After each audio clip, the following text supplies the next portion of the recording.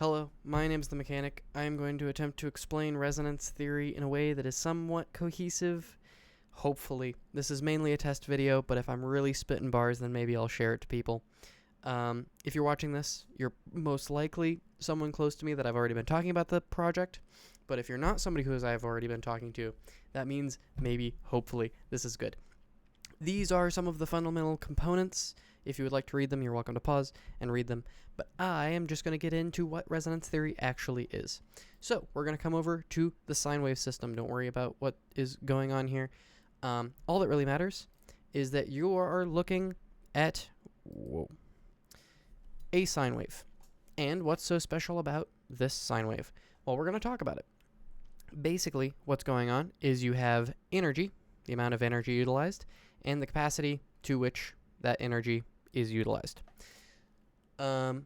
So the great thing about it, we're actually going to be using the example of walking. So if you consider the distance traveled as the x, so if you're traveling 2 feet or 4 feet or whatever, it requires a certain amount of energy if your legs are a certain length, right? So if you have long legs, then it might only take this amount of energy to walk 4 feet. I hope that that's simple enough. But by default, for most people, 1 is a good average.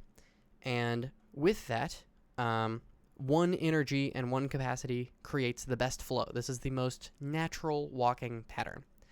And then, as you spend more and more energy to travel, let's say this is over 1 minute, right? So if you're traveling 5 feet, maybe we should pick different metrics. If this is like 5 feet over 3 seconds, then you're going to have to exert a lot of energy based on the length of your legs. But if your legs are twice as long, then you only need to extend half the energy. I hope that makes sense. But basically, that the more capacity you have, the less energy you need to spend to get the same amount of results. So here's where it gets interesting. If you are an adult and you are walking with a child, actually we'll start with the equivalent version first. If you are walking with somebody else, then ideally you want to have someone who has approximately the same capacity, leg distance, with a similar amount of energy. Or if they have slightly shorter legs, then it starts getting real weird. Then they would exert more energy, or maybe you exert a bit less energy, so maybe it's somewhere in the middle, where you're basically trying to find a good balance between the two of you. But there's not really a perfect optimal solution because you do have different capacities. But generally, if you're in the same area, then it's not too bad. But if you're familiar with things like walking with small children, you will know that their capacity, the length of their legs, is much smaller. And so if they're attempting to keep up with your natural pace, then they need to exert more energy in order to match you. And kids have a lot of energy, so it's usually not too much of a problem. But it tires them out more. And so you might try to, walk a bit slower so they don't have to exert as much energy. And there's a bit more of a natural balance to it. But again, you're walking slower than your average and they're walking above their average. And so it kind of creates this weird dissonance. But this is the basic fundamental premise of resonance theory. And so we're going to go to we're going to use that premise of capacity and energy and apply it to conversations next. So if you and another person are on the same page and putting in the same amount of effort and have the same amount of capacity, you are going to get the most benefit. Your efforts ideally are going to combine into a better product than either of you could get on your own. That's kind of the ideal situation. This is like a good chord of resonance, basically, because you are combining your efforts. But there's a couple of different things that can go wrong. So wrong is a weird word, but bear with me.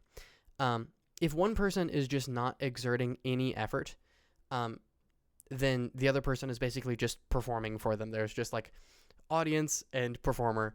But as the audience gets more involved, basically it adds to it until you have equals.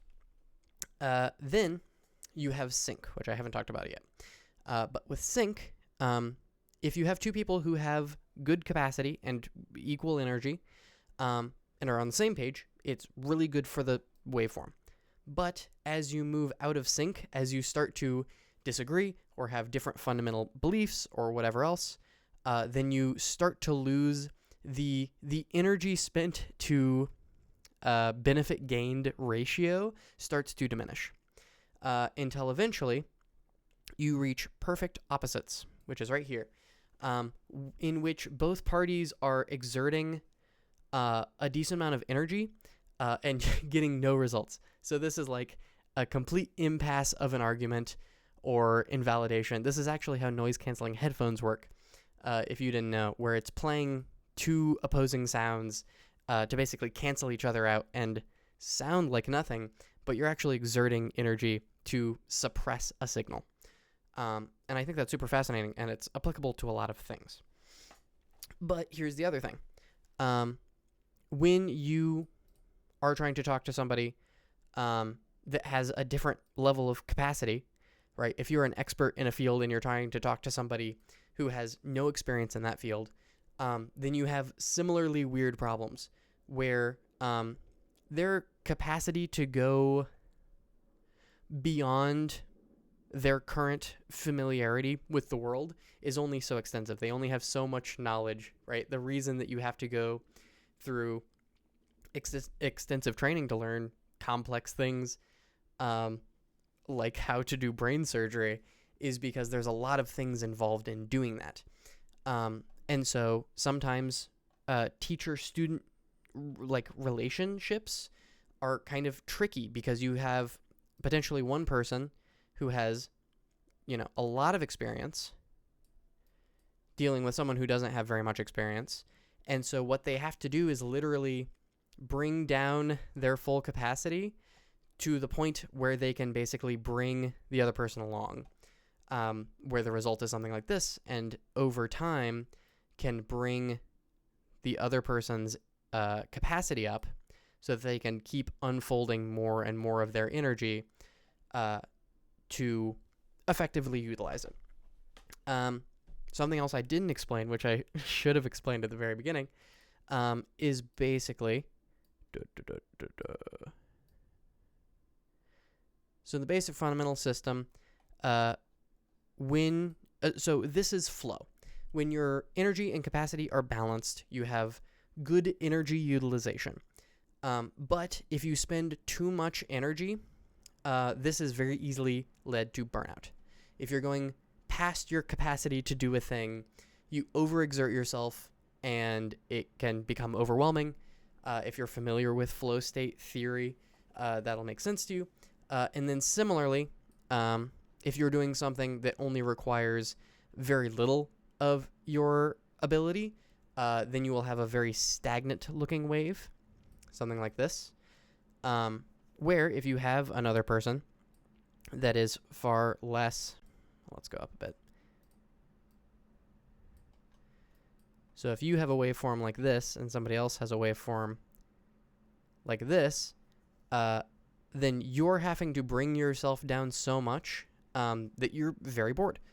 And so this is where a lot of complications come from people of widely different capacity abilities interacting with each other. And so kind of part of the thing that you're trying to do is to bring up capacity of other people so that you're actually getting more benefit out of it and actually being able to stack frequencies instead of it just kind of being glued to you, right? That a child's capacity to contribute is kind of minimal compared to the adult's ability. And that's part of the benefit of raising them into a healthy, functioning adult. Besides just helping them have a good life and all that boring stuff. But that's a lot of the main stuff in terms of interpersonal stuff. There's so much more, but I'm gonna move on. But here's another interesting part. This is also how you internally work. At least so goes the theory. If you just have your natural baseline state, your nature, you have been trained and you have learned and you have been formed by your genetics and your experiences to act a certain way in the world based on what you have learned is the best way to act, or just makes sense to act. And so there's a natural state.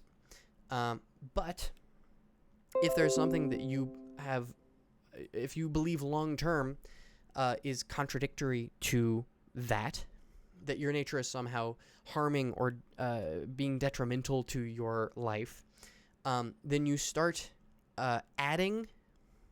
You will either try to amplify the nature, or you might be trying to suppress it. So depending on your capacity in suppression, you might expend more energy to not act. This is what we call repression. And you can literally spend energy to prevent yourself from doing things. But the shitty part of that is that you have to spend energy to not do things. And so actually shaping the nature, actually getting the nature to change into something more beneficial, is how you get the most benefit. But a lot of people are doing this. Another thing that will happen is ego is a great example, where you will have something that you're insecure about in your nature, or something someone might point out to you. And so you'll just have... So this might be your natural state, and then somebody brings up, I don't think you're that smart, and so you might be like, oh yeah, I'm actually really smart, and so you'll try to over amplify something, or if they're trying to point out that you looked stupid in some way, you might try to counteract that stupid thing.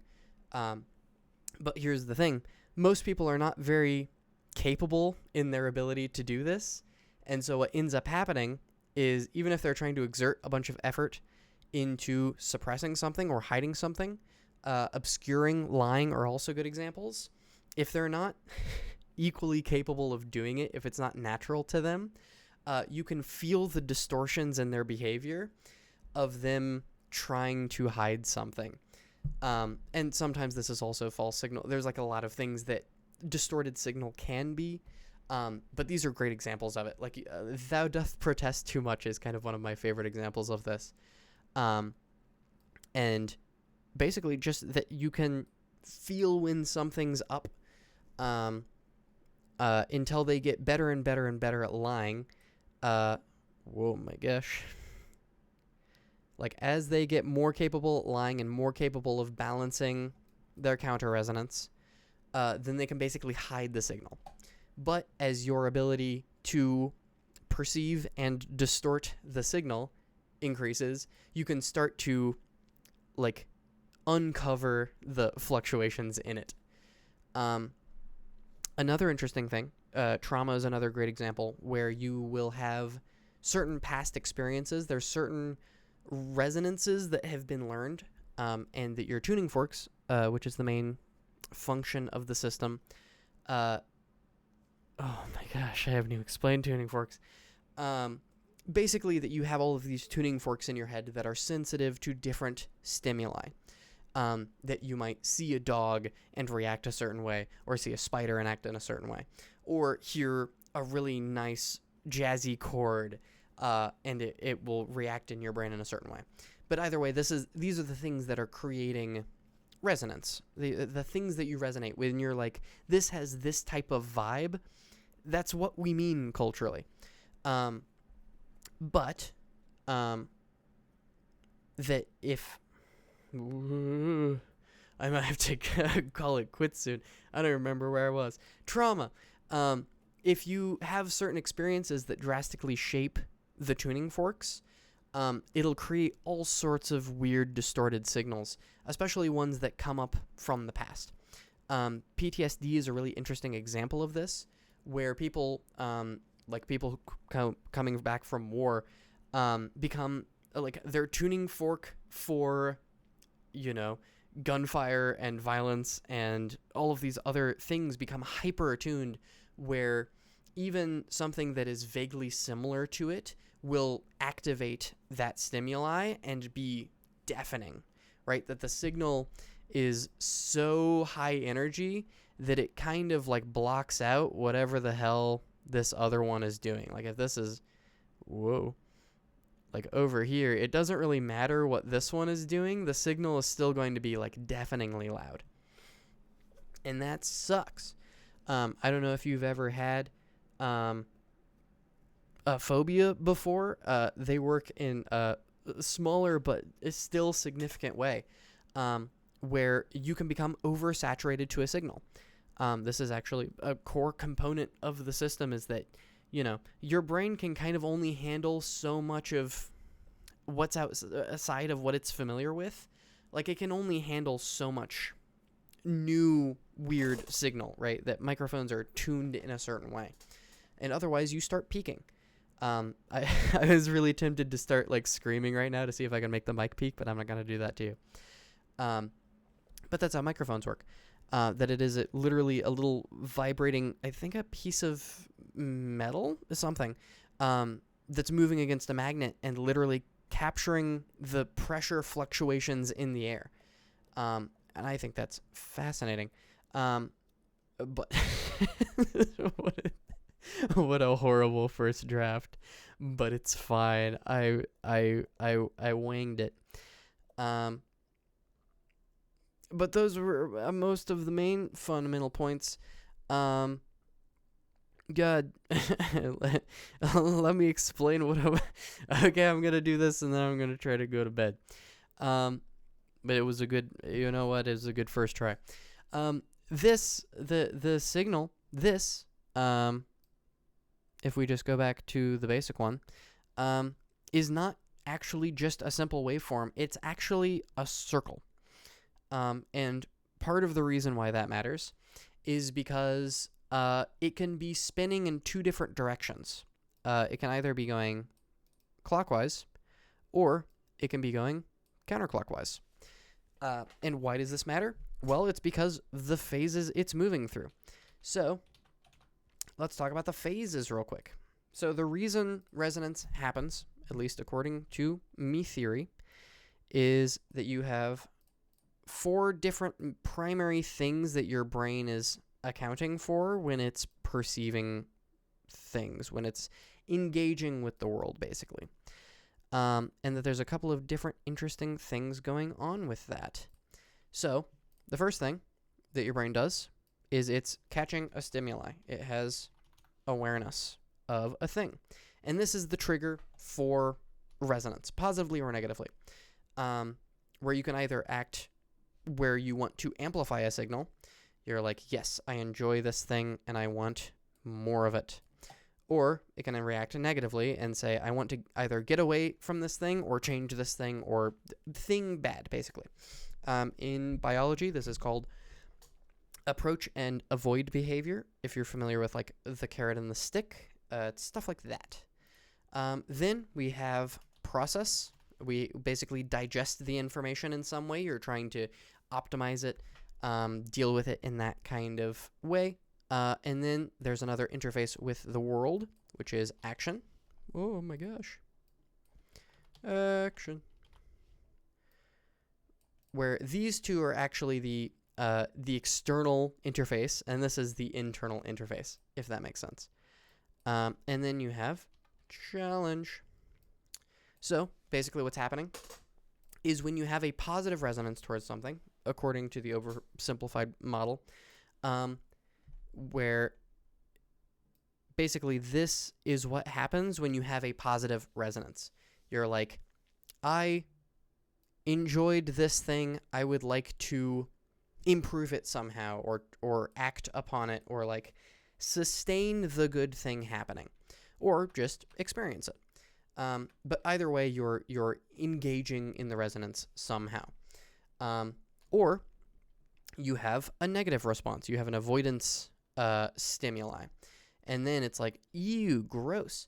And so you're trying to basically act in a way that will change or avoid the negative stimuli. And so it's a little tricky to explain. But when you have somebody, so if you're starting at 0 and you have one person that's, positive effect, and then you have another person that has, so if the blue line is coming out negatively and they each have an equal response to it, it's like this person really likes it and this person really doesn't like it, then you have a canceling out effect.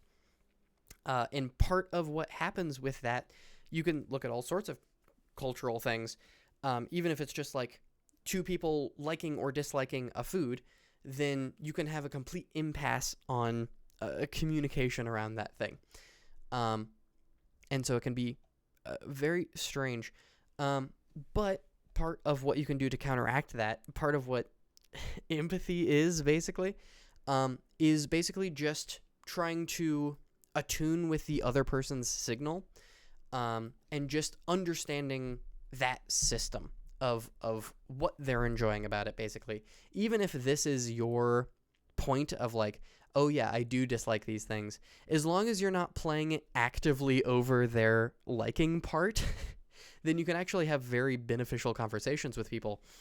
This is actually a great example of something called reflective listening, which I highly recommend learning, where basically just empathizing with the person, literally just speaking back, what they're describing about their experience, and trying to visualize that in your own head, and then describing what you feel like you would feel if you experienced that. If they're like, oh my gosh, it was amazing, it was like I was covered in puppies and I got to pet all of them simultaneously, you would be like, oh yeah, that seems like it would be amazing, like tell me more about that. And then you're matching their frequency, and then they're far more willing to go into why you dislike those things, and they can probably engage with that level too, because humans work like that. They will also mirror you if you mirror them. And this is the importance also of emotional mirroring with children, because they don't have a very good time understanding themselves or the world or other people. And so, if they get hurt and you are able to mirror that, if you're like, oh my gosh, yes, it is bad that you just got hurt, I'm sorry about that, let me make sure that you're not injured, and give you a Band-Aid and do all those things. But if you're like, if they're like, I'm hurting, and you're like, no, you're not, sometimes that's beneficial to do. But also, this is how you create other childhood trauma things, especially if there's like a very real experience of something, but they're told that that experience is not valid. Like that's a whole thing in psychology and all sorts of things. But that's the general premise of it, is that kind of like sometimes it's necessary to say that a thing that somebody believes is bad because a lot of things are bad. But, also empathizing with the experience and then challenging it. Like accounting for the subjective aspect before confronting the objective aspect is a much more beneficial way of going about communication. But I guess I should go over normalization, energy, and starvation, and then I'm going to cut myself off. So, normalization is a really interesting thing, where if you basically just have a naturally like big signal, so let's say that like alcohol and alcoholism is a great example of this. So if you are doing alcohol and alcohol feels nice and enjoyable and makes you more sociable at parties, you're gonna want to do a lot more alcohol, because part of the human experience is seeking out high resonance things. Whether it's arguments, whether it's partying, whether it's art or love or relationships or family or purpose or a million other things. part of what humans are trying to do is creating these resonance structures, basically, where you're trying to build this green line as high as you can, to get the most stimuli and feedback and sustainable, like stimuli and experience within safety, basically. But part of what happens is that resonance needs to be modulating too. Like, listening to one note for an hour isn't usually considered art. And if it is, it's a very weird esoteric art, and I'll probably get into that another time. But that you normalize two experiences, because this is, what happens, that the effect gets diminished over time, because the line will literally move to that as being the new normal. And so part of what sucks so much about addiction, if you weren't aware of what sucks about addiction, and all of the people who like to say, just stop, don't understand about addiction, is that when that becomes your new normal, when you put all of the effort into drinking every day and doing all of those other things, and that becomes stabilized. This is also true with relationships and cheating or sudden breakups or things like that. Is that if this was your baseline, if this becomes the new baseline and this is where you were in comparison, suddenly going back there, whoa. So if you remember, going down at the beginning is negative, the avoidance tendency. Basically, all you're left with, if you normalize to a +6, then going back to where you were, just going cold turkey, literally has the same biological experiential effect. What withdrawal is dropping back to your old normal. It's not just not having a thing you didn't have, like you didn't have and then you had it and then you stopped having it. It's literally physically feeling the absence of that thing, especially when it's chemical. Holy shit, it's bad when it's chemical. But psychologically, 100% as well.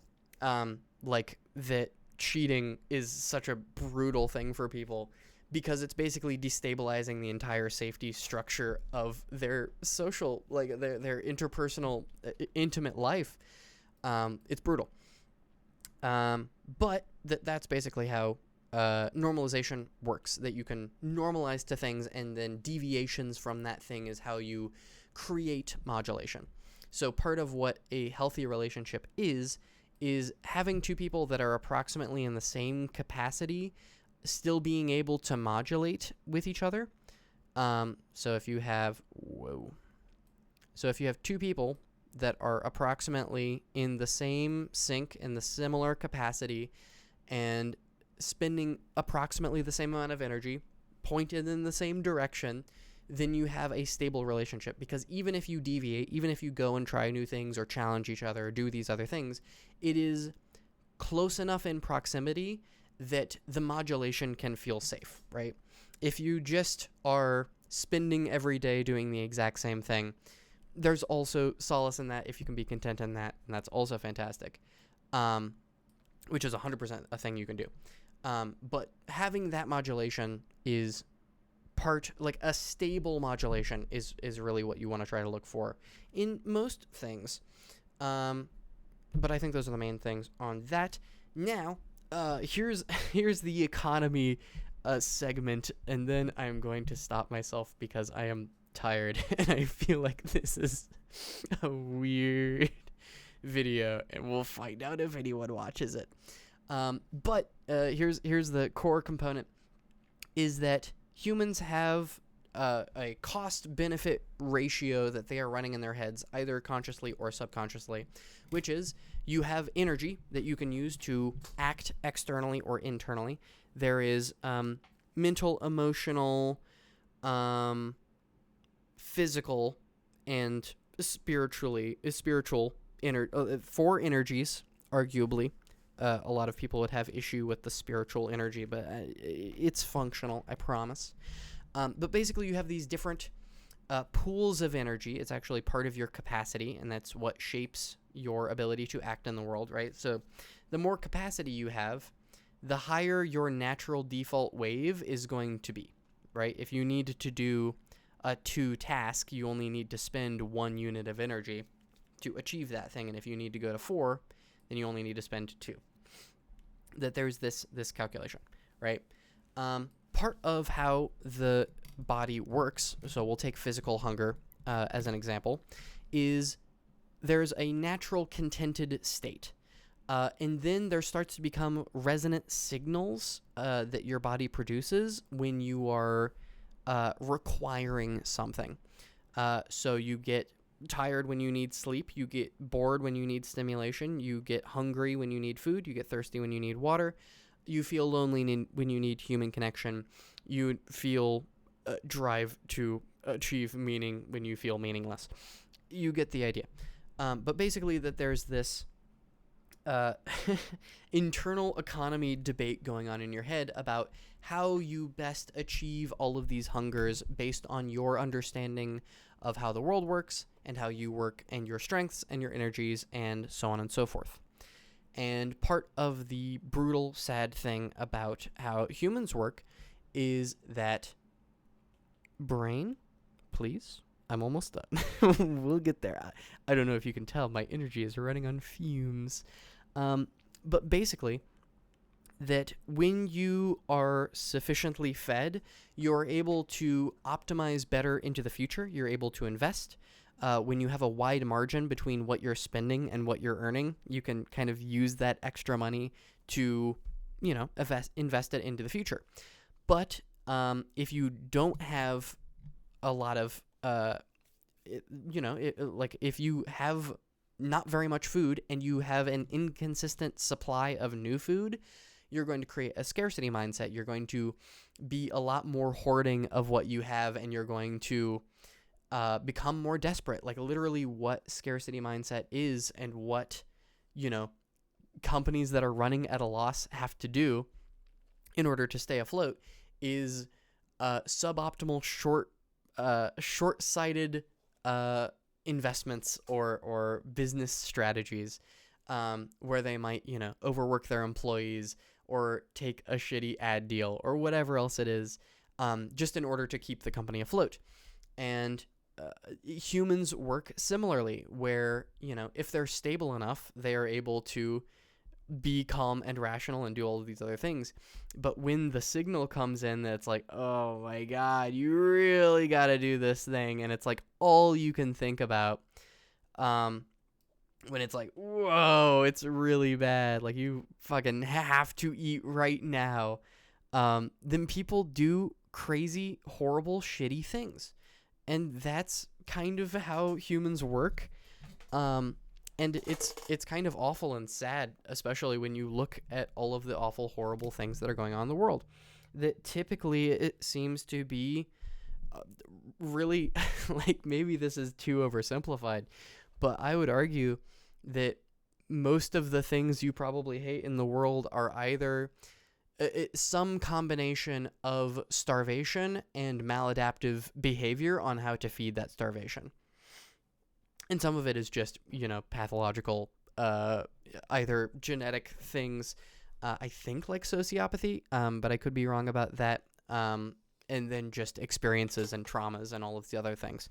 But there is a real sadness in how brutal the world is and how it negatively affects people and how it shaped their tuning forks. Like, the part of what, phobias are, for example, is that you can take an otherwise neutral or positive stimuli or an otherwise negative stimuli and retune them, basically, so that, if you're normally love interacting with dogs and you have a horrible experience where a dog bites your leg or something, then you could develop a negative association with it. and that it's not static. And part of the reason why coming up with solutions for things is so hard for so many people is that they assume that humans are way more alike than they are, and then all of the people who understand that they aren't alike make it way too subjective in a very useless sense. Like if you talk about art or relationship or whatever else, that they just say, there isn't one right answer, just follow your heart. And it's not useful. There's not a functionality to that, because you just leave people kind of meandering around in the own nothingness because you don't tell them what that means. Like, yes, there are very particular tuning forks that you are sensitive to. You don't get to decide what you like. And I have talked to multiple educated people that have a hard time grappling with that concept, that they're like, I think I choose what I like. And I say, no, I think you choose to pursue what you already like. But if you don't like broccoli, why would you choose to like soda instead of broccoli? Choose to not like soda and choose to like broccoli, and you're going to have a better life. Why would you not just choose the healthiest, most plentiful thing to like? But that's not how the brain works. You have tuning forks in your head that respond to certain things.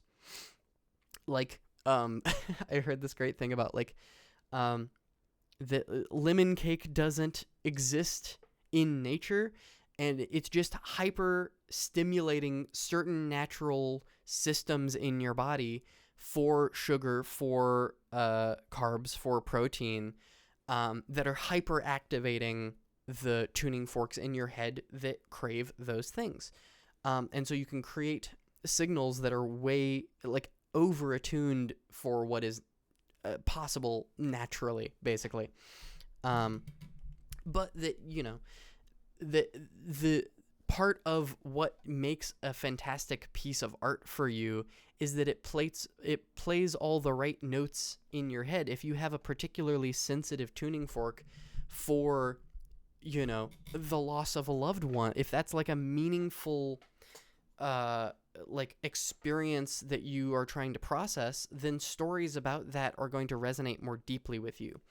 And if it has great writing and great directing and great acting and great visual effects and great all of these other things, but if there's a theme that's bad and that's the most important thing to you, then the counter resonance of that thing is just like, it's going to collapse a bunch of that value for you. And understanding that it's not just whatever you feel like, man, like art isn't whatever you want it to be, because you don't get to choose. You can choose an interpretation to look at it through, and that will affect the experience somewhat. But just in terms of how your body naturally reacts to things isn't your choice. And if it was, it would make life exponentially easier, but it's not. But you can learn to like things through experience, through pushing yourself to try things or think about things in different ways, or learning new things, and that will shape what you like, and that will shape what you know, and that will change how you experience things. That things like acquired taste or jazz or all of these other things that are attuned for like novelty for people who are overly familiar. So part of what modulation is basically is balancing between novelty and familiarity. Because if you have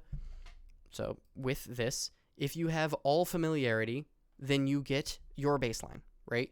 And then as you increase the novelty, that creates modulation, it creates interest, it creates new things. And then your body naturally normalizes to that signal if it's too static, right? If you hear a new song and you're like, oh my God, I love this song. This is a very neurodivergent thing, by the way. If you hear a new song and you're like, holy shit, this is the best thing ever, and you listen to it 100,000 times until you finally normalize it, and then you're like, okay, finally, I'm sick of the song. I can move on. But for some people, like, that's a really big thing, is like, nothing is as strong as this signal right now, and I will consume it until it is no longer that way. But that being able to keep finding new systems. I don't even remember why I was talking about that. God damn it. That your body will normalize to these signals, and so constantly trying to find new and interesting signals. Oh yeah, I was talking about novelty and familiarity. So if you have a certain amount of novelty and a certain amount of familiarity, it will create a really nice hum in your brain. Like the optimal strategy of creating a good experience is mixing novelty and familiarity. But part of the problem with that is that as you keep experiencing novelty, you start to see more and more patterns and you start to become more and more familiar, and that erodes the signal. You become more capable, you understand more themes and practices, and cliches are a great example of this.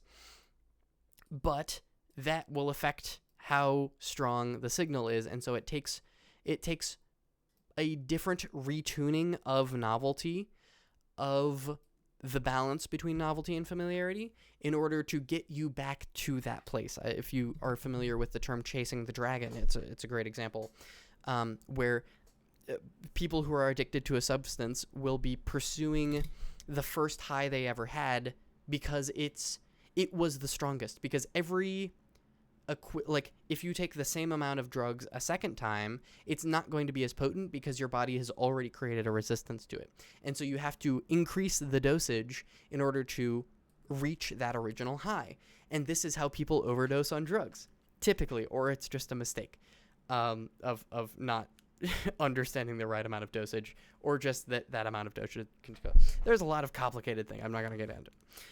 But novelty and familiarity. If you have people who become increasingly familiar with the things that are naturally novel to you, if you have traditional Transformers Michael Bay movie that it is entertaining enough for the general audience, the most common denominator, your McDonald's, your whatever, but as you become familiar with those things, as you study food quality and experience and nuance and understand what makes a good food and a bad food and a healthy food, then those experiences become insufficient. But a lot of people assume that that's a bad thing because then you're enjoying less things. Like you're like, oh my God, now you can't enjoy McDonald's. How stupid of you. But what they're not accounting for is that not all enjoyment is the same. That the enjoyment that you were getting at this level when you were at one capacity and one energy and you were like, oh my God, I really like McDonald's because it's getting me all the way up to a 2. Oh my God. And then you increase your capacity to 4, and then suddenly being at a 2 is like, holy shit, I'm like barely feeling anything.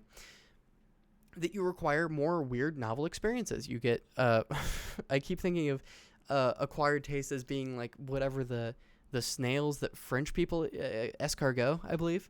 Like escargot and jazz are kind of my main examples of acquired taste, where it's like music for musicians, because jazz is fine for people who don't really understand music, but the level of modulation and new unpredictability and variation and modulation of new, unfamiliar, weird, esoteric things, of weird performance art, right, is that it isn't really widely applicable to a general audience because it requires a certain amount of familiarity.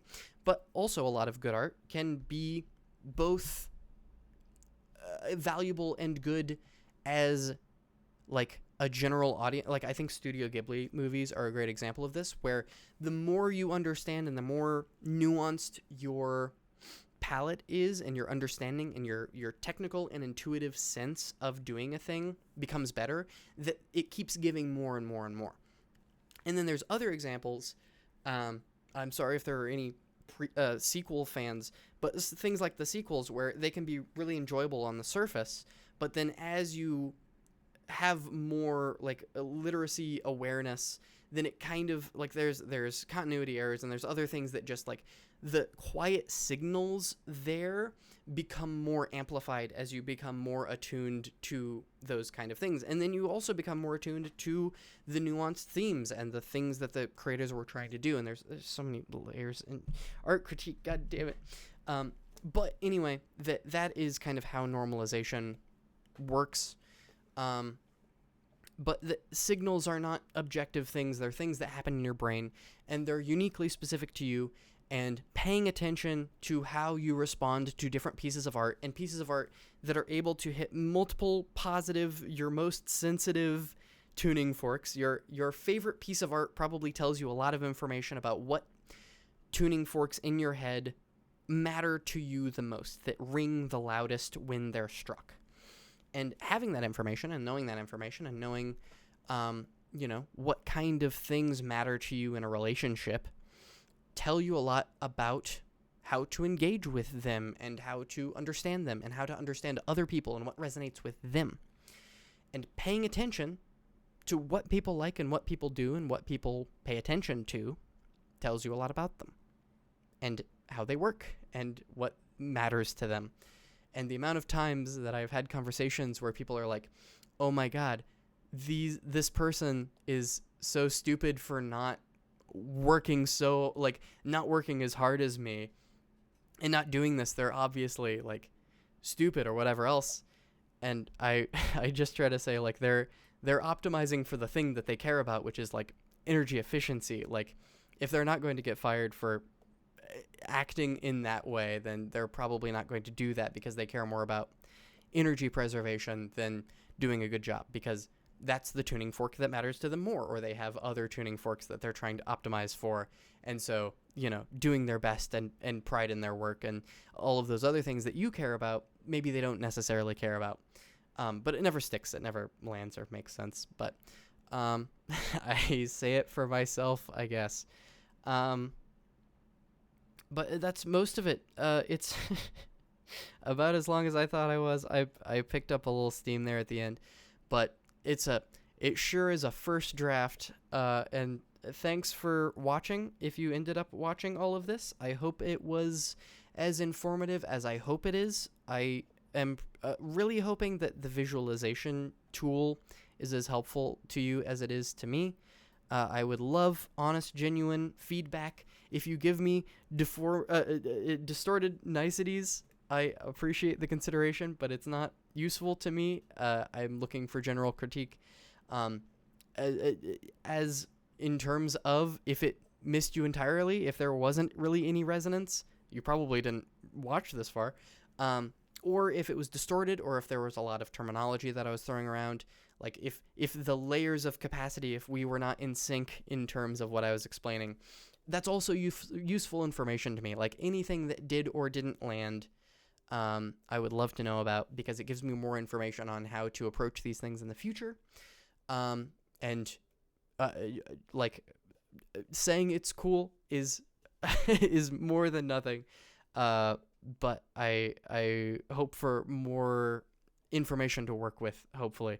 But either way, I hope you enjoyed it. I hope you found it informative. I hope you see some of the vision that I'm trying to go for. And I am going to go to sleep now because it's 11. And I just got blackout curtains, and I'm going to test them out. And hopefully I won't wake up at 6 with the sun. Anyway, have a good night. Goodbye.